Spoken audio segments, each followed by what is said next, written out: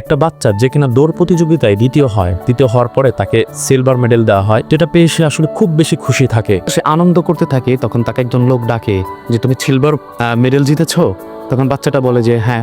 তখন সেই লোকটা বলে যে না না, তুমি সিলভার মেডেল জিতো নাই, তুমি হচ্ছে গোল্ড মেডেল হারিয়েছো। তখন বাচ্চাটার মনটা না একটু খারাপ হয়ে যায় যে সে তার সিলভার মেডেলটা নিয়ে উদযাপন করতেছিল, কিন্তু তাকে বোঝানো হলো বা দেখানো হলো যে না, এটাই তোমার সাকসেস না, তোমার সাকসেস হচ্ছে তোমাকে গোল্ড মেডেল পেতে হবে, তোমাকে ওই পর্যায়ে যেতে হবে।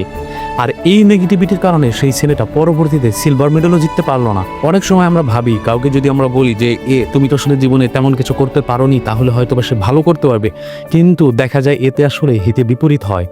আমরা তাকে ডিমোটিভেশন দিচ্ছি, যেটা তার ব্রেনের উপর একটা ইফেক্ট ফেলে, আর এটা তাকে বোঝায় যে তুমি আসলে একজন লুজার, যার কারণে পরবর্তীতে সে ভালো কাজ করার ক্ষেত্রে আর তত বেশি অগ্রসর হতে পারে না যতটা সে প্রথম দিকে ছিল।